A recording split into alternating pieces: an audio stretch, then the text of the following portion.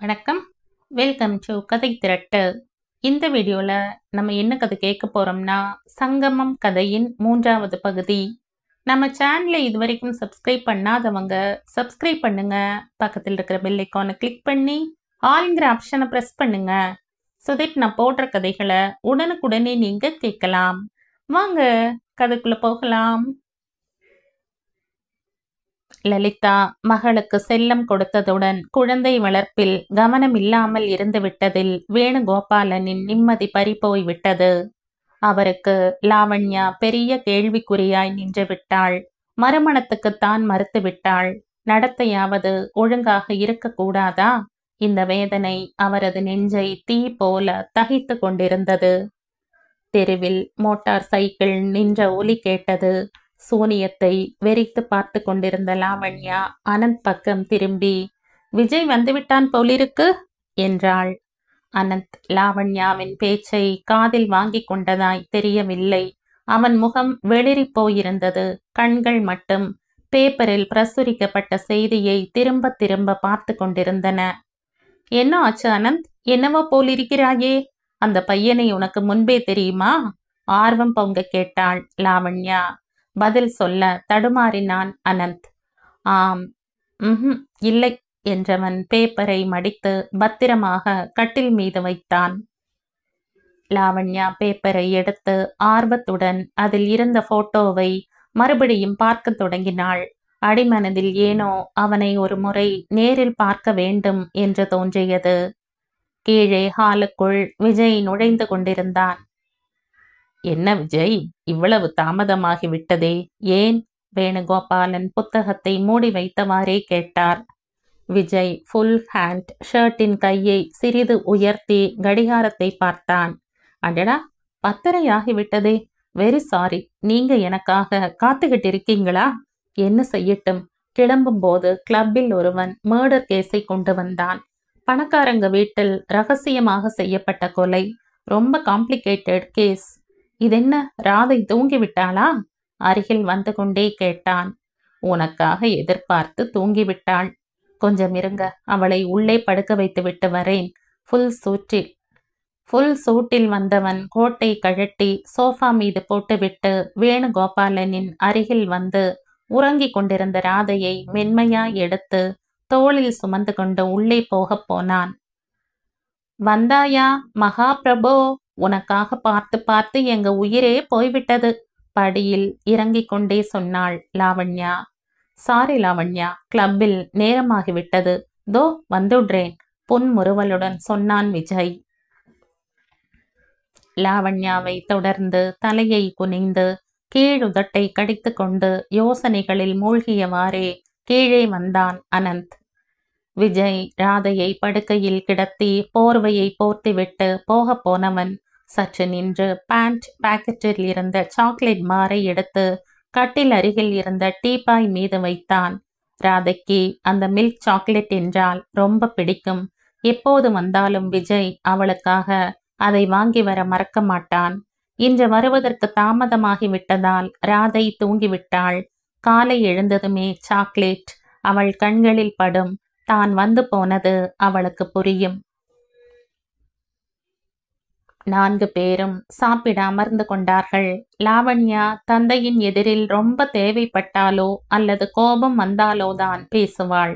Dieting என்ற பெயரில் இரவு உணவையும் கொஞ்சமாய்த்தான் சாப்பிடுவாள். அனந்தின் நினைவு வேறு எங்கோ இருந்தது. கை விரல்கள் தட்டில் அலைந்து கொண்டிருந்தனவே தவிர சரியாக சாப்பிடவில்லை. வேணுகோபாலனுக்கு உணவு வேளை தவறிவிட்டதால் சாப்பிட்டால் ஜீரணமாகாதோ என்ற பயத்தில் பெயருக்கு உணவை உட்கொண்டார். 4வரில் விஜய் ஒருவன்தான் நல்ல பசியுடன் இருந்ததால் உணவை கிடுகிடுவென்று சாப்பிட்டான். கிளப்பில் நடந்த விசேஷங்களை சொல்லிக் கொண்டிருந்தான். ரொம்ப நிசப்தமாயிருந்த அந்த சூழலில் அவனுடைய குரல் இனிமையாய் கம்பீரமாய் ஒலித்தது.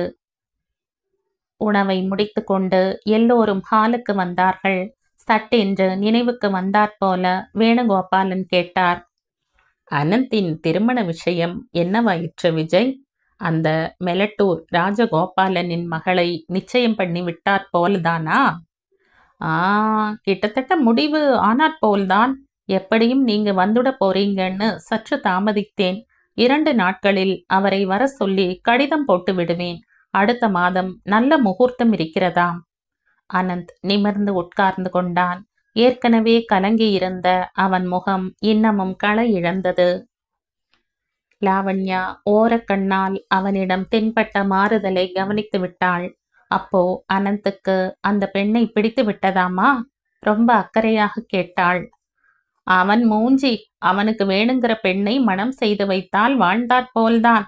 நாற்காலியில் பின்னால் சாய்ந்து கால்களை நீட்டி ஓய்வாய் அமர்ந்திருந்த விஜய் சிரித்து கொண்டே சொன்னான். அவன் குரல் அலட்சியமாய் ஒலித்தாலும் கண்களில் தம்பியிடம் அன்பும் பரிவும் மிளிர்ந்து கொண்டிருந்தது. அனந்த் அதை ஏற்கவும் இல்லை, மறுக்கவும் இல்லை. அவர்கள் பேசும் விஷயம் தனக்கு சம்பந்தம் இல்லை என்பது போல் உள்ளங்கையில் இருந்த பாக்குத்தூளை கவனமாய் ஒவ்வொன்றாய் எடுத்து வாயில் போட்டு கொண்டான். பகல் 12 மணி தாண்டிவிட்டது. இனி வீட்டில் அந்த வேளை சமையல் செய்ய போவதில்லை என்பது போல் சுந்தரி கட்டிலில் சயனித்து விட்டாள். இன்று யாருக்கும் சாப்பிடும் பாகியம் கிடையாது என்பது தெளிவாய் விளங்கிற்று. சங்கரன் வீட்டை விட்டு போய் 4 நாட்களாகிவிட்டன. இதுவரை எந்த தகவலும் கிடையாது. சாவித்திரிக்கு தினமும் 2 தடவையாவது ஃபிட்ஸ் வந்து கொண்டிருந்தது. இந்த 4 நாட்களும் ரோஜாவுக்கு 4 யுகங்களாய் கழிந்தன. சற்று முன்னே சாவித்திரிக்கு வலிப்பு வந்ததும் ரோஜா தண்ணீரை அருந்த செய்ததில் கட்டிலில் சோர்வுடன் தூங்கிக் கொண்டிருந்தாள். ரோஜா தெருப்பக்கம் இருந்த ஜன்னலில் கால்களை மடக்கி உட்கார்ந்து கொண்டாள். வயிற்றில் பசி தீயாய் தகித்தது. வாரத்தில் 2 நாட்கள், சனிக்கிழமை ஏழுமலையானுக்கு, வியாழக்கிழமை சாயிபாபாவுக்கு விரதம் என்று சுந்தரி மாலை வேளையில் உலை வைக்கவே மாட்டாள். நேற்று வியாழக்கிழமை சங்கரன் வீட்டில் இல்லாததால் வழக்கம் போல் செய்யும் ஒரு ஆழாக்கு உப்புமாவும் கிண்டப்படவில்லை. நேற்று இரவும் சாப்பிடவில்லை. இன்று காலையில் சாப்பாடே இல்லை. ரோஜாவுக்கு தண்ணீர் எத்தனை குடித்தாலும் பசி அடங்கவில்லை. அரை மணி கழித்து அடுத்த வீட்டு நார்மடி பாட்டி சுந்தரியை எழுப்பி உட்கார வைத்து அவர்கள் வீட்டில் ஏதோ பூஜை நடந்ததாக சொல்லி தான் கொண்டு வந்த புளியோதரை, சர்க்கரை பொங்கல், வாழைப்பழங்கள், தயிர் சாதம் முதலியவற்றை வற்புறுத்தி உண்ண செய்தாள். சுந்தரி அதை சாப்பிட்டு கொண்டே இடையில் ராகம் போட்டு நீட்டி முழக்கினாள். அவர் எங்கே இருக்காரோ என்னவோ, வாயை மூடியிட்டு இருந்திருக்கணும். நான் மறுபடியும் என் கண்களில் தென்படுவாரோ இல்லையோ. அவருக்கு நான், எனக்கு அவர் என்பது தவிர எங்களுக்குன்னு வேறு யார் இருக்காங்க? குழந்தையா குட்டியா? நான் செய்து போட்டால் கொட்டிக்க தயாரா இருப்பாங்களே ஒழிய நான் சாப்பிடவில்லைன்னு வருத்தப்படுறவங்க யார் இருக்காங்க இந்த வீட்டுல? சொல்லுங்க. பாட்டி அவளை தேற்றுவது போல சொன்னாள். என்ன சுந்தரி அப்படி பேசுறியே? நாங்க எல்லாம் இல்லையா உனக்கு? வாய் நன்மையோ ஊர் நன்மையோன்னு சொல்லுவாங்க. சில பேர் இருக்கிறா போல விட்டேத்தியாய் நம்மால வாழ முடியாது. அக்கம் பக்கம் மனுஷங்களோட சகவாசம் நல்லதுக்கும் கெட்டதுக்கும் என்றைக்கும் வேணும். உள்ளறையில் கட்டிலோடு கட்டிலாய் படுத்திருந்த சாவித்திரியின் செவியில் இந்த உரையாடல் விழுந்ததும் தலையை உயர்த்தி கண்களை சுழற்றி மகளை தேடினாள். அவள் பயந்தது போல் ரோஜா அடுத்த வீட்டு பாட்டிக்கு பதில் சொல்ல எழுந்து செல்லவில்லை. அவளும் இந்த உரையாடலை கேட்டாள். இதே வேறொரு நாளாய் இருந்திருந்தால் போய் பாட்டியின் மொட்டை தலையில் குட்டுவது போல சூடாக ஏதாவது சொல்லியிருப்பாள். ஆனால் பசியில் தலை சுற்றத் தொடங்கிய இந்த நேரத்தில் பொறுமையும் இல்லை, சக்தியும் இல்லை. இன்று இனி சாப்பாடு கிடையாது என்ற பயங்கரமான உண்மை அவளை தாக்கியது. இந்த உலகில் பசியின் கொடுமை ரொம்ப பொல்லாதது. எத்தனை யோசித்தாலும் பசியை தணிக்கும் வழி தென்படாததால் இயலாமையில் கண்களில் கிர்ரென்று நீர் சுழன்றது. செய்வதறியாமல் ரோஜா தெருப்பக்கம் பார்த்தாள். தெருவில் நடமாடும் ஜனங்கள் தெளிவாக தென்படவில்லை. விழிநீர் மறைத்தது. தெருவில் குப்பை தொட்டியில் அடுத்த வீட்டிலிருந்து போடப்பட்ட எச்சில் இலைகளில் மீதமிருந்த உணவை தெருநாய் சாப்பிட்டு கொண்டிருந்தது. தன்னை விட அந்த தெருநாய் மேல் என்ற எண்ணம் தோன்ற அந்த நினைப்பையே தாங்காதவள் போல் சட்டென்று பார்வையை திருப்பிக் கொள்ள போனவள் நின்று விட்டாள். தொலைவில் வெள்ளை பைஜாமா ஜிப்பாவில் தங்க ஃப்ரேம் கண்ணாடி அணிந்து கொண்டு இந்த பக்கமே வந்து கொண்டிருந்தான் ஒரு இளைஞன். நகத்தை கடித்து கொண்டிருந்த ரோஜா அதை நிறுத்திவிட்டு அந்த இளைஞனை உற்று நோக்கினாள். சந்தேகமே இல்லை, அது அனந்த் தான். கடவுளை நேரில் பார்த்தாற்போல் இருந்தது ரோஜாவுக்கு. பசியின் வேதனை தெரியவில்லை. சட்டென்று எழுந்து வாசற்கதவு பக்கம் வந்தாள். வந்தது யாரு ரோஜா? மகள் இருந்தாள் போல் இருந்து சரேல் என்று குதித்து ஓடவும் சாவித்திரிக்கு சந்தேகம் வந்தது. அனந்தான் அம்மா. ரோஜாவின் குரல் மகிழ்ச்சியுடன் ஒலித்தது. விரும்பத்தகாத வார்த்தையை கேட்டுவிட்டது போல் சாவித்திரியின் முகம் கடுகடுத்தது. ரோஜா வராண்டாவில் நின்று கொண்டு அனந்துக்காக மலர்ந்த முகத்துடன் எதிர்நோக்கினாள். அனந்த் நிதானமாய் அருகில் வந்தான். அனந்த். ரோஜா அவனை வரவேற்றாள். முன் அறையில் படுத்திருந்த சுந்தரி இந்த பக்கமே பார்த்து கொண்டிருப்பதை உணர்ந்து ரோஜா தயங்கினாளே அன்றே அந்த கணம் அவளுக்கு அனந்தின் கையை இரு கரங்களால் பற்றி கொள்ள வேண்டும் என்பது போல் மகிழ்ச்சியில் துள்ளியது. ரோஜா. சுற்றிலும் யாராவது இருக்கக்கூடும் என்பது போல் பார்வையை ஓடவிட்டான் அனந்த். என்ன அனந்த், இந்த நேரத்துல வந்திருக்க? அக்கம் பக்கம் ஒருவரும் இல்லை என்று நிச்சயித்து கொண்டு தொலைவில் படுத்திருந்த சுந்தரியின் காதில் விழாதென்று உறுதியாக தெரிந்த பிறகு மெதுவாய் சொன்னான். ரோஜா, என்னோட கொஞ்சம் வெளியில வர முடியுமா? முக்கியமான ஒரு விஷயம் பேசணும், ரொம்ப அர்ஜென்ட். ஓ, கட்டாயம். ரோஜா சட்டென்று சம்மதித்து இரு, இப்பவே வர்றேன் என்று உள்ளே போனாள். எதுக்கு, ஏன் என்று கேள்வி கணைகளை தொடுக்கும் ரோஜா இன்று உடனே சம்மதித்து விட்டதில் அனந்துக்கு வியப்பு ஏற்பட்டது. தான் நினைத்த காரியம் நிறைவேற இது நல்ல சகுனம் என்ற நம்பிக்கை துளிர்க்க மனதிலேயே கடவுளுக்கு நன்றியை தெரிவித்து கொண்டான்.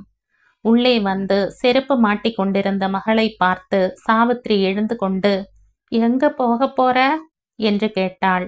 இங்கதாம்மா, உடனே வந்துடுவேன். மறு பேச்சுக்கு இடமின்றி வெளியில் வந்து விட்டாள்.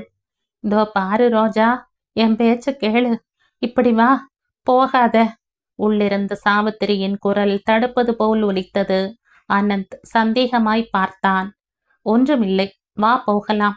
வெளியில் வெயிலா இருக்கேன்னு அம்மா பயப்படுகிறாள், அவ்வளவுதான். செயற்கையான புன்முறுவல் உதடுகளில் தவழ ரோஜா வழி நடந்தாள். அனந்த் அவளை தொடர்ந்தான். இருவரும் வீட்டை விட்டு வெளியே வந்தார்களோ இல்லையோ, பின்னாலிருந்து ஹச் என்ற தும்மல் ஒலி கேட்டது. அதிர்ந்து போனவனாய் அனந்த் திரும்பி பார்த்தான். ரோஜாவின் பக்கத்து வீட்டு ஜன்னல் அருகில் பழிப்பது போல் இழித்து கொண்டு ஒருவன் நின்றிருந்தான். இன்னொரு முறை ஹாச் என்று பலமாய் தும்மினான். அனந்த் பயந்து போனவனாய் ரோஜாவை நெருங்கி வந்தான். யாரவன், நம்மை பார்த்து வேணும்னு தும்பறான் என்றான். ஆஞ்சநேயில் உன்னு அடுத்த வீட்டு பாட்டியின் அருமை பேரன், குலக்கொழுந்து, செல்ல பெயர் அஞ்சி, பெயருக்கேற்ற குணம். அக்கம்பக்கத்தில் இருப்பவர்கள் ரோஜாவும் அனந்தும் தெருவில் நடந்து போகும்போது வினோத பிராணிகளை பார்ப்பது போல உற்று உற்று பார்த்து கொண்டிருந்தார்கள். ரோஜா அதை பொருட்படுத்தாதவளாய் காதலனுடன் உலா வரும் இளவரசியைப் போல் நிதானமாய் முகவாயை லேசாக உயர்த்தி மிடுக்காய் நடக்கத் தொடங்கினாள். அந்த தெருவை தாண்டி மெயின் ரோடு வந்ததும் அனந்த் கை குட்டையை எடுத்து நெற்றியில் பொடித்திருந்த வியர்வையை துடைத்து கொண்டான். ஒரு முறை பலமாய் மூச்சை இழுத்து கொண்டே, அம்மாடியோ, என்ன மனிதர்கள்! அவர்கள் அப்படி உற்று பார்க்கும்போது நடக்கவே முடியவில்லை. என்னவோ கால்களுக்கு விலங்குகள் இருப்பது போல என்றான். அவங்க எப்பொழுதுமே அப்படித்தான், அலட்சியமாய் சொன்னாள் ரோஜா. எப்படி உன்னால் அந்த முட்புதரில் இருக்க முடிகிறது ரோஜா? இந்த உலகில் எல்லோருக்கும் உன்னை போல பூந்தோட்டமான வாழ்க்கை அமையாது அனந்த். முட்புதரை தொலைவில் இருந்து பார்க்கிறவங்களுக்குத்தான் பயம். அதிலேயே இருப்பவங்களுக்கு பயம் என்ற பேச்சுக்கே இடம் இருக்காது. முடிந்தவரை நம்மை முட்கள் கொத்தி காயப்படுத்தாமல் விழிப்பாய் இருக்க வேண்டியதுதான். அனந்த் ரோஜாவை பாராட்டுவது போல் பார்த்தான். இருவரும் நாட் சந்தி அருகில் வந்தார்கள். எந்த பக்கம் போகலாம்? அனந்த் கேட்டான். நீயே சொல்லு. வெயில் தகிக்கிறது, பார்க்குக்கு போகலாமா? மரத்தின் நிழலில் உட்காரலாம். அம்மாடியோ, பார்க்குக்கா? அவ்வளவு தொலைவு இப்போது என்னால் வர முடியாது. சீக்கிரம் வீட்டுக்கு போகணும், அம்மா காத்துக்கிட்டு இருப்பாள் பின்ன எங்க போகலாம்? யோசித்தான் அனந்த். எங்கேயானாலும் சரி, கொஞ்ச நேரம் நிம்மதியாய் அமைதியாய் உட்காரக்கூடிய இடமாய் இருந்தால் நன்றாக இருக்கும், ரோஜா சொன்னாள். அதே சாலையின் கடைசியில் புதிதாக திறக்கப்பட்ட ஹோட்டல் லக்ஷ்மி விலாஸ் கண்ணில் பட்டது. அனந்த் அதை சுட்டி காட்டிக்கொண்டே, அங்கே போய் உட்காரலாம், ஒரு கப் காஃபி சாப்பிட்ட மாதிரியும் இருக்கும் என்றான். அனந்த் வாயிலிருந்து ஹோட்டல் பெயர் வந்ததுமே ரோஜாவுக்கு உயிர் வந்தது போலாயிற்று. மதிய நேரமானதால் ஹோட்டலில் அவ்வளவாக கூட்டம் இல்லை. காலியாக இருந்த ஃபேமிலி அறையில் இருவரும் உட்கார்ந்து கொண்டார்கள். சர்வர் அருகில் வந்ததும் அனந்த் 2 காஃபி என்றான். வெறும் காஃபி தானா? ஏமாற்றம் அடைந்தவளாய் கேட்டாள் ரோஜா. டிஃபன் சாப்பிடுகிறாயா? என்ன வரவழைக்கட்டும்? நல்ல ஆளுப்பா நீ. இப்போ என் சாப்பாட்டு நேரம், அர்ஜென்ட் வேலைன்னு சொன்னியேன்னு சாப்பிட உட்கார போனவள் அப்படியே வந்து விட்டேன். தட்டில் பரிமாறியதை சாப்பிடாமல் போயிட்டேன்னு கோபத்தில் மாமி அதை இந்நேரம் நாய்க்கு போட்டிருப்பாள். அனந்த் நொந்து கொள்பவன் போல் பார்த்தான். உடனே சர்வர் பக்கம் திரும்பி, ஒரு சாப்பாடு என்றான். ஒரு சாப்பாடா? நான் சாப்பிட்டுக்கிட்டு இருந்தால் நீ பார்த்துக்கிட்டு இருப்பியா? 2 சொல்லு என்றாள் ரோஜா. நான் சாப்பிட்டாச்சு ரோஜா. சாப்பிட்டால் பரவாயில்லை, அது எப்பவோ செரித்து விட்டிருக்கும். நீ கவலைப்படாதே, உன் பணத்தை வீணாக்க விடமாட்டேன்.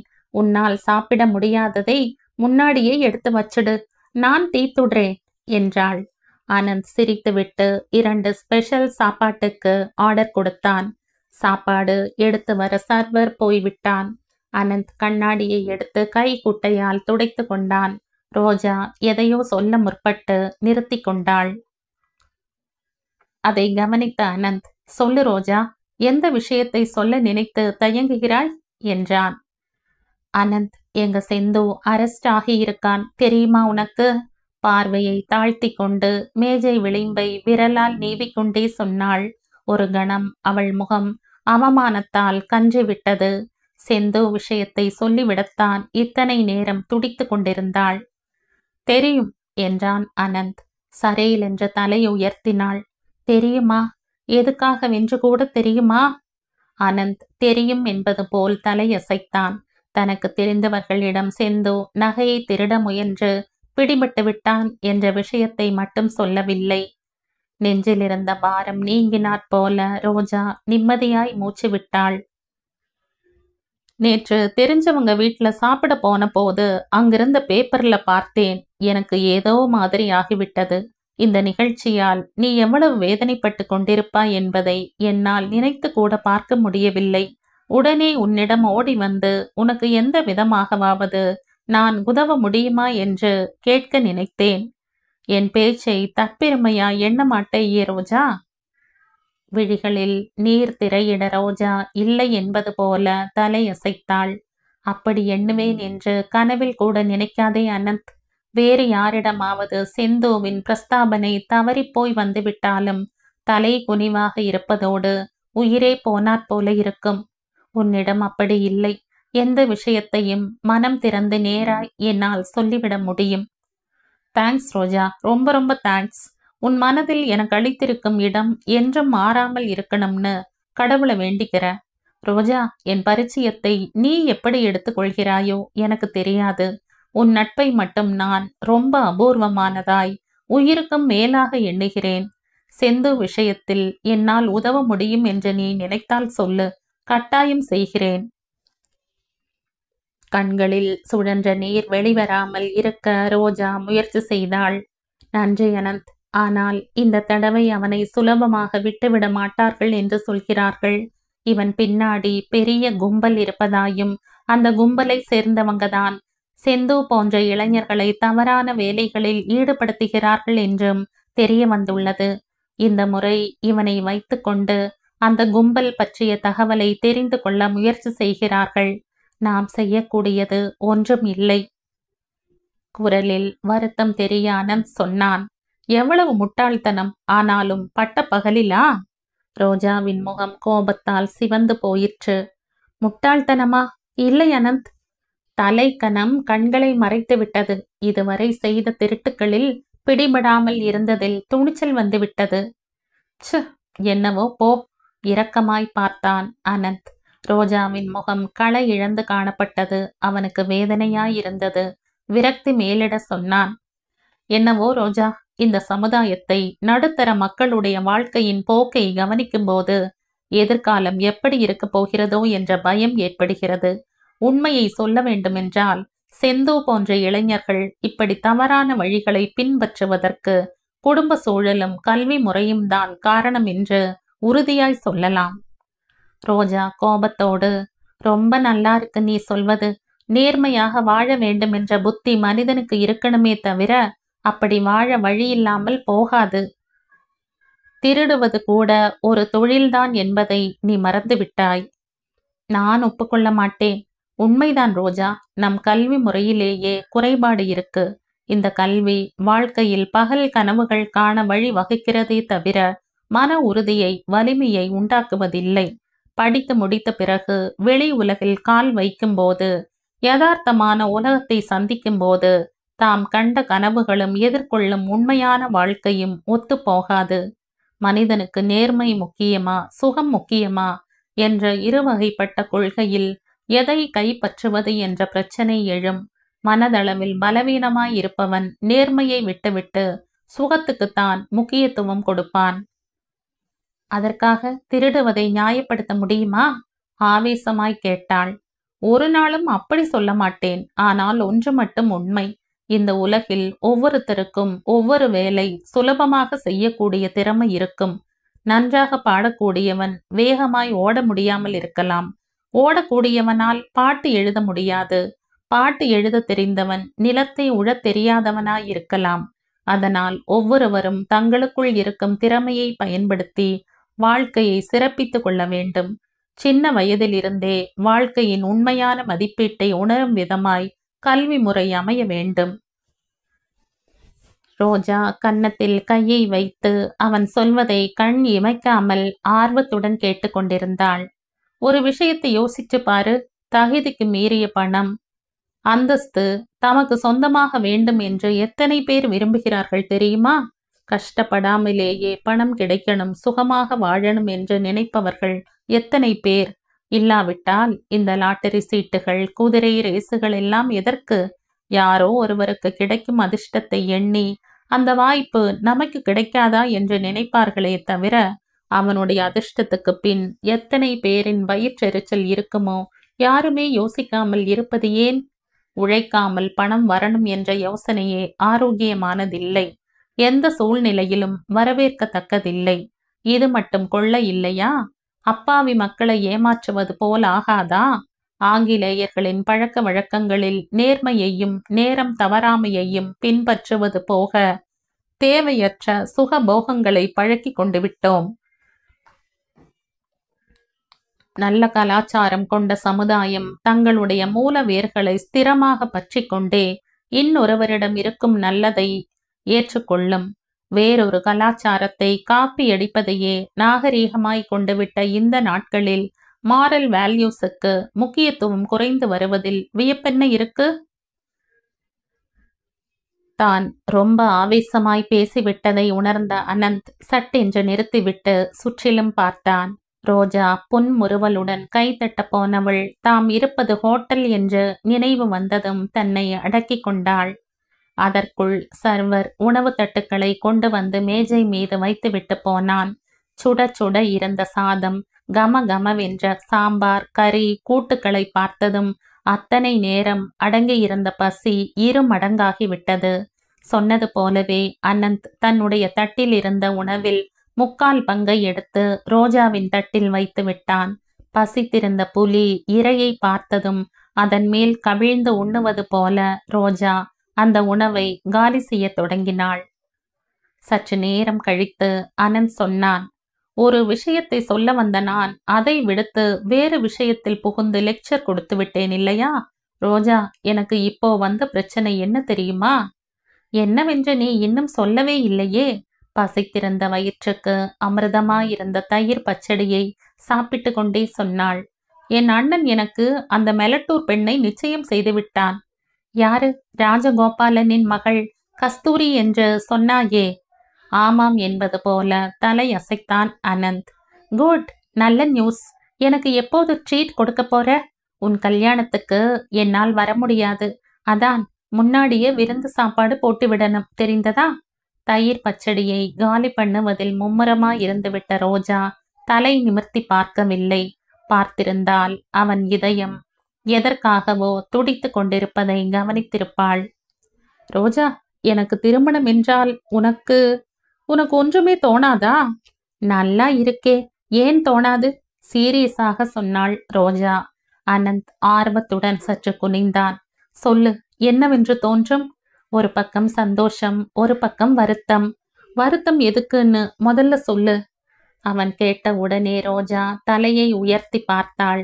பிறகு போய் கோபத்துடன் சொன்னாள், என்ன மனுஷன் நீ? அது கூட உன்னால் புரிந்து கொள்ள முடியாதா? நான் ஒரு முட்டாள் என்று உனக்கு தெரியும். உன் வாயாலேயே விஷயத்தை தெளிவுபடுத்தேன். ரோஜா பதில் சொல்லாமல் பார்த்து கொண்டிருந்தாள். ரோஜா ப்ளீஸ். தாமதத்தை பொறுக்க முடியாதவனாய் கேட்டான் அனந்த். வருத்தம் இருக்காதா பின்ன? நீ பாட்டுக்கு கல்யாணம் செய்துகிட்டு உன் வழியை பார்த்துக்கிட்டு போய்விட்டால் எனக்கு யார் இந்த மாதிரி சாப்பாடு போடுவாங்க? கவிதைகளை கேட்க சொல்லி அதுக்கு ஈடாய் சினிமாவுக்கு யார் அழிச்சுக்கிட்டு போவாங்க என்று ரொம்ப அப்பாவியாய் கேட்டாள்.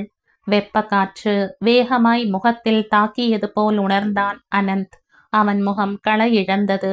சற்று யோசித்துவிட்டு கேட்டான், ஒருவேளை நான் திருமணம் முடிந்த பின்னும் உனக்கு இப்படி சாப்பாடு போட்டு சினிமாவுக்கு அழைச்சுக்கிட்டு போறேன்னு வச்சுக்க, அதற்கு எந்த இடையூறும் வராதுன்னு நினைச்சுக்கோ. அப்போ? அவன் உதடுகளை அழுத்தி இதய துடிப்பு முழுவதும் கண்களில் பிரதிபலிக்க ரோஜா வாயிலிருந்து வரப்போகும் வார்த்தைகளுக்காக காத்திருந்தான். அதை கவனித்த ரோஜா தன் மனதில் இருக்கும் எண்ணம் அவனுக்கு எட்டி விடாமல் கவனமாய் செயற்கையான அலட்சியத்துடன் கேலி செய்தாள். போயா, இந்த பேச்செல்லாம் இப்போதான். மனைவி வந்துவிட்டால் கண்ணில் படவே மாட்டாய். உன் போன்றவர்கள் மனைவியின் தலைப்பை பிடிச்சுக்கிட்டு தான் இருப்பாங்க. இல்லை ரோஜா, உண்மையை சொல்கிறேன். கல்யாணத்துக்கு பிறகும் நான் மனைவியை பொருட்படுத்தாதவனாய் இருந்தேன் என்றால் இப்போ இப்படித்தான் சொல்வீங்க.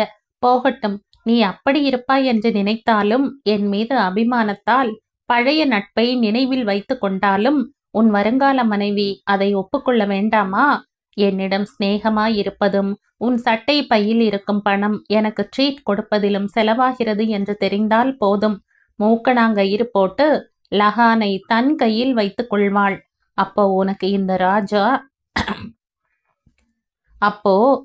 இந்த ரோஜா கூஜா யாரும் நினைவு இருக்க மாட்டார்கள். எப்பவாவது தெருவில் தென்பட்டாலும் பாராதது போல தலையை திருப்பி கொண்டு போய்விடுவாய். அப்போ நான் தனி ஆளாகி விடுவேன். அனந்துக்கு ரோஜாவின் பேச்சு முதலில் பிடிக்காவிட்டாலும் கடைசியாக அவள் தனியாள் ஆகிவிடுவேன் என்று சொன்னதும் அதை சொன்ன விதமும் அவன் மனதை வசீகரித்தன. தான் இல்லாமல் ரோஜா தனி ஆளாகி விடுவது போல் உணர்கிறாள். தனக்கு வேண்டிய பதில் கிடைத்தது போல். சரிதான், என் மீது உனக்கு நம்பிக்கை இல்லையே, அதுதான் சொல்கிறேன். நம் இருவருக்கிடையே வேறு யாரும் வேண்டாம். நான் திருமணமே செய்து கொள்ள மாட்டேன். நிஜமாகவா? வியப்புடன் கேட்டாள். உண்மைதான், நம் நட்பின் சாட்சியாக, உன் மீது ஆணையாக. ரோஜா சங்கடமாக பார்த்தாள். தேங்க்ஸ், ஆனால் இத்தனை சின்ன விஷயத்துக்கு நீ இவ்வளவு பெரிய தியாகம் செய்ய வேண்டாம். நான் ஒப்புக்கொள்ள மாட்டேன். இது தியாகம் இல்லை ரோஜா, அந்த பெண்ணை எனக்கு பிடிக்கவில்லை. அப்படி சொல்லு, அதுதான் உண்மை விஷயமா? விஷயம் புரிந்ததும் ரோஜா சிரித்து விட்டாள். உன்னிடம் அர்ஜென்ட் விஷயம் என்று சொன்னேனே, இதை பற்றித்தான். ஒரு நிமிஷம் இரு, கையை அலம்பிட்டு வந்துடுறேன். தயிர் பச்சடி இருந்த கிண்ணத்தை விரலால் வழித்து வாயில் போட்டு கொண்டாள். ஆனந்த் முகத்தை சுளித்து, இப்படி கிண்ணத்தை வழிச்சுதான் சாப்பிடணுமா? யாராவது பார்த்தால் என்ன நினைச்சுப்பாங்க என்றான். நினைச்சுக்க இதுல என்ன இருக்கு? பணம் கொடுக்கிறோம், சாப்பிடுறோம், அவ்வளவுதானே.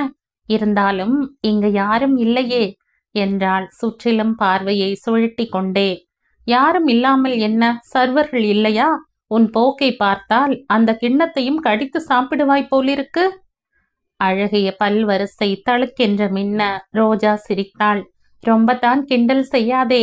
ஆனாலும் இந்த கிண்ணங்கள் சின்ன குழந்தைகள் விளையாடும் சொப்பு சாமான் மாதிரி இருக்கு. இந்த ஹோட்டல்காரங்க ரொம்ப கஞ்ச பிஸ்னாரிகள் போல இருக்கு. சின்ன கிண்ணங்களா? அந்த கிண்ணத்தால் 3 தடவை போட வைத்து கொண்டாய். அப்புறம் அவங்களை பிசுனாரிகள் என்று சொல்றியே. நல்லா இருந்தது, சாப்பிட்டேன். தவறென்ன இருக்கு? பழிப்பது போல் சொன்னாள். தவறு ஒண்ணுமில்லை. கிண்ணத்தில் இருப்பதை சாப்பிடுவது தப்பு இல்லை. இல்லாததை வழித்து சாப்பிடுவதுதான் அநாகரிகம். ரோஜா எழுந்து கை அலம்ப போனவள் சற்று நின்று, இருந்தாலும் உன்னை போன்றவர்களால் இந்த ஹோட்டல்காரர்களுக்கு எவ்வளவு லாபம் தெரியுமா? 1 ரூபாய்க்கு சாப்பிட்டு விட்டு 10 ரூபாய் கொடுத்து விட்டு போவீங்க. அதான் பார்த்துக்கிட்டு இருக்கும் போதே மாடி மாடியாய் கட்டிவிடுவார்கள். அது அவங்களோட தப்பு இல்லையே. இல்லைதான். நடுவுல என்னை போன்ற பகாசுரர்கள் வந்து 1 ரூபாய் கொடுத்து விட்டு 10 ரூபாய்க்கு சாப்பிட்டுட்டு போகணும். அப்போ கணக்கு சரியாகிவிடும். என்ன, நான் சொல்றது சரிதானே? ஆனந்த் சிரித்து விட்டான். ரோஜா போல் வாக்கு சாதுரியம் கொண்டவர்களை அவன் இதற்கு முன் கண்டதில்லை. அவளுடன் பேசும்போது நிலவின் குளிர்ச்சியை காண முடியும். எப்படிப்பட்ட களைப்பாய் இருந்தாலும் சட்டென்று நீங்கிவிடும். திமிர் பிடித்தவளாய் கடினத்தன்மை படைத்தவளாய் தென்படும் ரோஜாவின் உள்ளே இனிய சிநேகிதி மறைந்திருப்பதை அனந்த் என்றோ கண்டு கொண்டான். அதன் காரணமாய் ரோஜாவுக்கு நெருங்கிய சிநேகிதனாய் இருந்து வருகிறான். அந்த இனிய சிநேகிதியை வாழ்க்கை துணையாக்கி கொள்ள வேண்டும் என்பது அவனது நெடுநாளைய விருப்பமும் வாழ்வின் லட்சியமும் ஆகும். ரோஜா கையை அலம்பிக் கொண்டு புடவை தலைப்பில் துடைத்துக் கொள்வதை பார்த்து அடடா என்று தன்னிடம் இருந்த கை குட்டையை எடுத்து கொடுத்தான். அதனால் கையை துடைத்து கொள்ள போனவள் சட்டென்று அதை கவனித்து பார்த்தாள். ஒரு ஓரத்தில் பச்சை நிற நூலில் வி என்று தைக்கப்பட்டிருந்தது. வி என்றால்? சட்டை பையில் இருந்து 2 கடிதங்களை எடுத்து சீரியஸாக படித்து கொண்டிருந்த அனந்த் தலை உயர்த்தாமலே, வி என்றால் விஜய். விஜய்னா உன்? ஆமாம், என் அண்ணன் விஜய். என்ன விசேஷம்? இன்னைக்கு அண்ணன்னு ரொம்ப மரியாதையாய் சொல்றியே. எப்பவும் யம தர்மராஜன், கம்சன் என்ற அடைமொழியுடன் தானே அழைப்பாய்? ரோஜா சிரித்து கொண்டே கை குட்டையை திருப்பிக் கொடுத்தாள். அனந்த் கடிதங்களை படிப்பதில் மூழ்கி இருந்தான். ரோஜாவுக்கு அந்த சமயத்தில் அனந்த் கடவுள் போல தென்பட்டான். இன்று அவன் மட்டும் வந்திருக்காவிட்டால் தன் பசி தீர்ந்திருக்காது. திடீரென்று ரோஜாவுக்கு உண்மையை சொல்லிவிட வேண்டும் என்று தோன்றியது. ஆனால் அதற்குள் அனந்த் கையில் இருந்த 2 கடிதங்களில் ஒன்றை அவளிடம் கொடுத்து, இதை படித்து பாரு ரோஜா என்றான். கடிதத்தை பெற்றுக்கொண்ட ரோஜா பிரித்து படித்தாள். ஸ்ரீமான் ராஜகோபாலன் அவர்களுக்கு சரோஜா எனும் பேதை பெண் தெண்டனிட்டு எழுதி கொள்வது. தங்களுடைய ஒரே மகள் கஸ்தூரியின் விவாகத்தை அனந்த் என்ற இளைஞனுடன் நடத்த இருப்பதாக உறுதியாக தெரிந்த பிறகு இந்த கடிதத்தை எழுதாமல் என்னால் இருக்க முடியவில்லை. என்னுடைய துணிச்சலுக்கு மன்னிக்க வேண்டுகிறேன். தாங்கள் மாப்பிள்ளையாக முடிவு செய்த அனந்தும் நானும் ரொம்ப நெருங்கி பழகுகிறோம். எங்களுக்கிடையே இருக்கும் உறவை புரிந்து கொள்ள வேண்டும் என்றால் இதனுடன் இணைத்திருக்கும் மற்றொரு கடிதத்தை படித்து பாருங்கள். உங்களுக்கே புரியும். வேண்டுமென்றால் இந்த கடிதங்களை அனந்திடமே காண்பித்து கேட்டுக்கொள்ளுங்கள். எனக்கு எந்த ஆட்சேபனையும் இல்லை. அனந்துக்கு இந்த திருமணத்தில் விருப்பமே இல்லை. அண்ணனின் பேச்சை மீற முடியாமல் ஒப்புக்கொண்டுள்ளான். அவனை நான் நன்றாக அறிவேன். உங்கள் மகள் மீது உங்களுக்கு கொஞ்சமாவது அன்பு இருந்தால் இந்த வரனை விட்டு விடுவது நல்லது. இதை தெரிவிக்க வேண்டியது என் கடமை என்று தோன்றியதால் அதை செய்துவிட்டேன். இதற்கு மேல் தங்கள் விருப்பம். இப்படிக்கு தங்களுடைய நலனை விரும்பும் சரோஜா. படித்து முடித்ததும் ரோஜாவின் கண்கள் வியப்பால் விரிந்தன. புருவங்களை உயர்த்தி அனந்தை பார்த்தாள். இந்த கல்யாணத்திலிருந்து நான் தப்பிக்கணும்னா இது ஒன்றுதான் வழி. இந்த கடிதத்தை உன் கைப்பட எழுதி இதையும் இணைத்து நீ அனுப்பணும். 2வது கடிதத்தை படிக்கத் தொடங்கினாள் ரோஜா. அந்த கடிதம் அனந்த் ரோஜாவுக்கு எழுதியது போல் இருந்தது. ரோஜா, என் இதய ராணி, உன் கடிதம் கிடைத்தது. உன் பயம் பதட்டத்தை பார்த்தால் எனக்கு சிரிப்புதான் வருகிறது. ஆமாம், மெலட்டூர் ராஜகோபாலனின் மகள் கஸ்தூரியுடன் என் திருமணம் முடிவாக இருப்பது உண்மைதான்.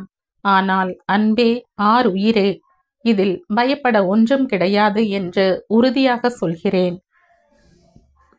அசல் விஷயம் என்னவென்றால், அந்த ராஜகோபாலன் ரொம்ப நிலமும் சொத்தும் உள்ளவர்.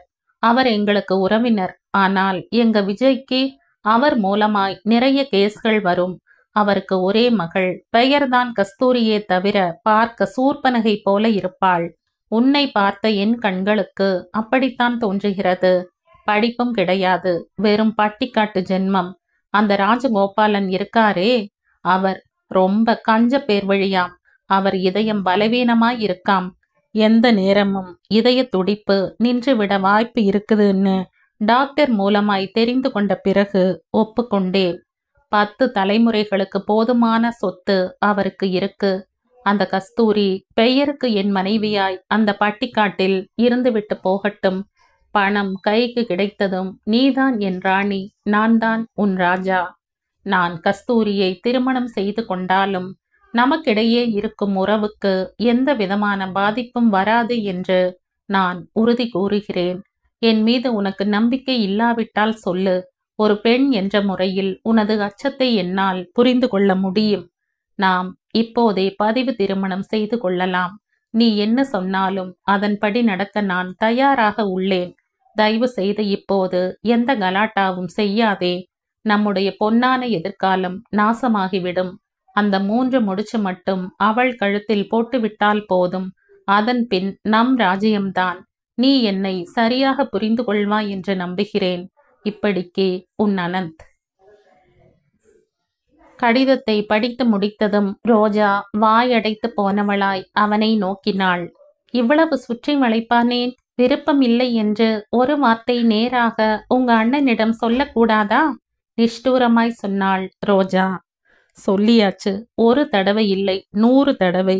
சும்மா கூட இல்லை. சாப்பிடாமல் பட்டினி கிடந்தும் சொல்லி பார்த்தேன். அவன் கேட்டால்தானே.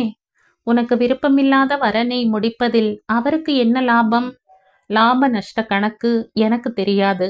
எனக்கு தேவையானதை தேர்வு செய்ய எனக்கு தெரியாது என்பது அவனுடைய எண்ணம். அவனுடைய எண்ணம் தவறானது என்று நிரூபிக்க நான் முயற்சி செய்கிறேன். நல்லாத்தான் இருக்கு. ஆனா நடுவுல நான் இப்படி தலையிடுவது என்பது... ரோஜா, சந்தேகப்படுறியா?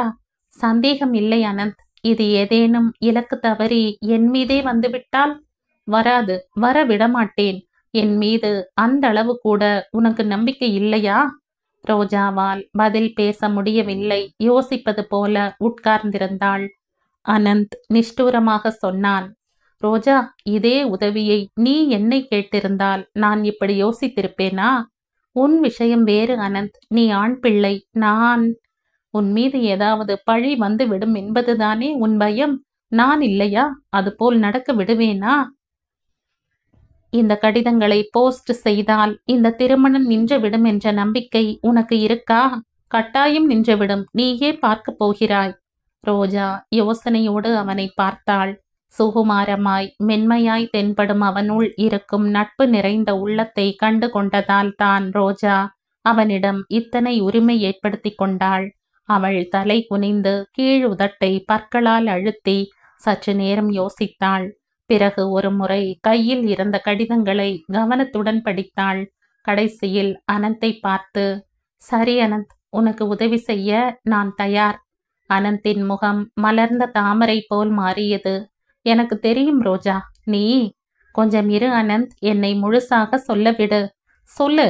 அனந்த் ஆவலுடன் கேட்க தயாராய் உட்கார்ந்தான். அனந்த், முதல்ல சொல்லு.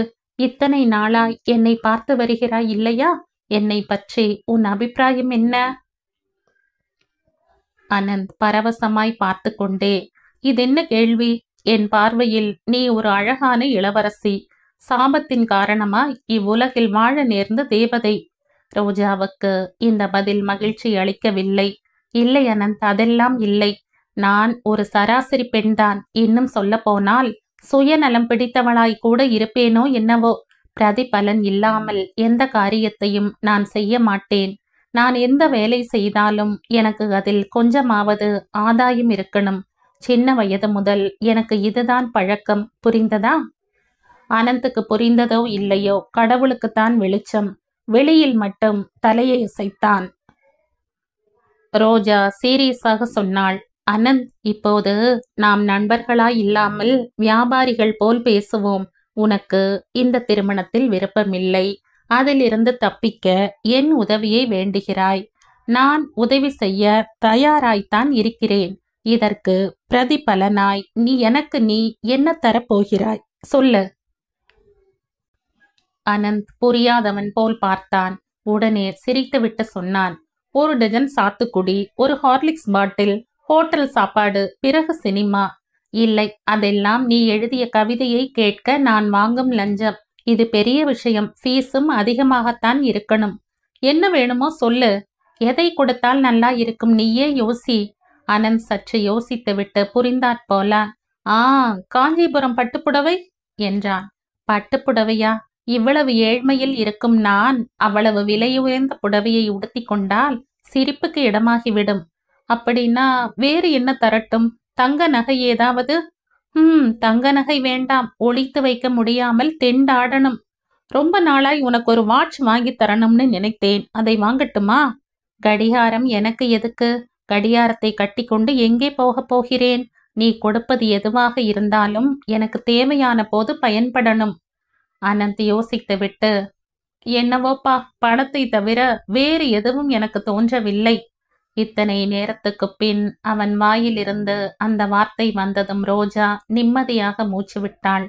ஆமாம் அனந்த், நீ எனக்கு எதை வெகுமதியாக அளிக்க நினைக்கிறாயோ அதன் விலையை பணமாய் ஏதாவது வங்கி கணக்கில் போட்டுவிடு. இன்று மட்டும் இல்லை, இனிமேல் சினிமா, பீச் எதுவும் வேண்டாம். அதுக்காக நீ செலவு செய்யும் பணத்தை கணக்கு போட்டு என்னிடம் கொடுத்துவிடு. அப்படி செய்தால் என்னை காப்பாற்றினாற் போல, எவ்வளவோ உதவி செய்தது போல ஆகும். ரோஜா, அவள் சொல்வது புரிந்தும் புரியாமலும் அழைத்தான் ஆனந்த். கம்மிய குரலில் மேலும் சொன்னாள், ஆமாம் அனந்த், இன்னைக்கு மனம் திறந்து இப்படி ஒளிவு மறைவில்லாமல் பேசுவதை தவறாக நினைக்காதே. நான் ஏழ்மையில் இருப்பவள், அதிகம் படிக்காதவள். வேலை பார்க்க வேண்டுமென்றும் என் சொந்த கால்களில் நான் நிற்க வேண்டும் என்ற விருப்பம் இருந்தாலும் எனக்கு அந்த வாய்ப்பு கிடைக்கவில்லை. ரோஜா தலையை குனிந்து கொண்டாள். கை விரலால் மேஜை விளிம்பில் கோடு போட்டுக்கொண்டே சொன்னாள், ஒவ்வொரு நாளும் என் அம்மா விரதம் என்ற பெயரில் தொடர்ந்து பட்டினி கிடக்க நேரும் போது பசியால் சோர்ந்து போனவளுக்கு ஏதாவது பழமோ காயோ வாங்கி தரணும் என்றும் வற்புறுத்தி சாப்பிட வைக்கணும் என்றும் என் மனம் கிடந்து தவிக்கும். கையில் சல்லி காசு கூட இருக்காது. என் இயலாமையை நினைக்கும் போது என் மீதே எனக்கு வெறுப்பு ஏற்படும். செந்தோ கைக்கு வராமல் போனது எங்க துரதிர்ஷ்டம். ரோஜா, நிறுத்து, இனிமேல் பேசாதே, ஆவேசமாய் சொன்னான் அனந்த். அவன் முகம் சிவந்து விட்டது.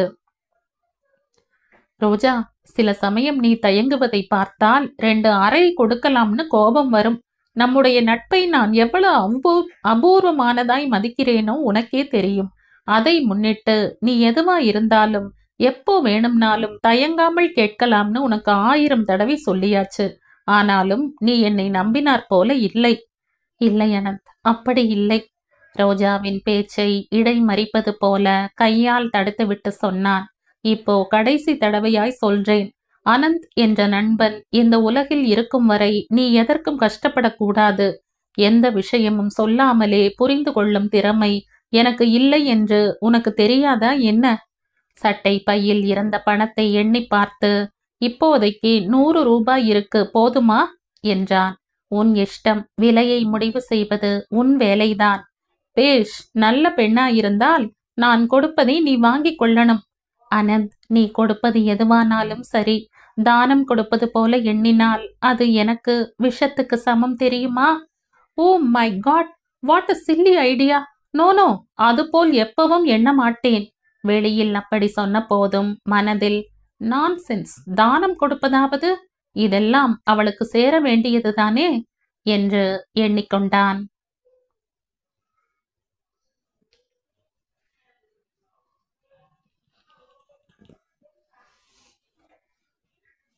இந்த கதையின் தொடர்ச்சியை அடுத்த பதிவில் கேட்கலாம். நன்றி.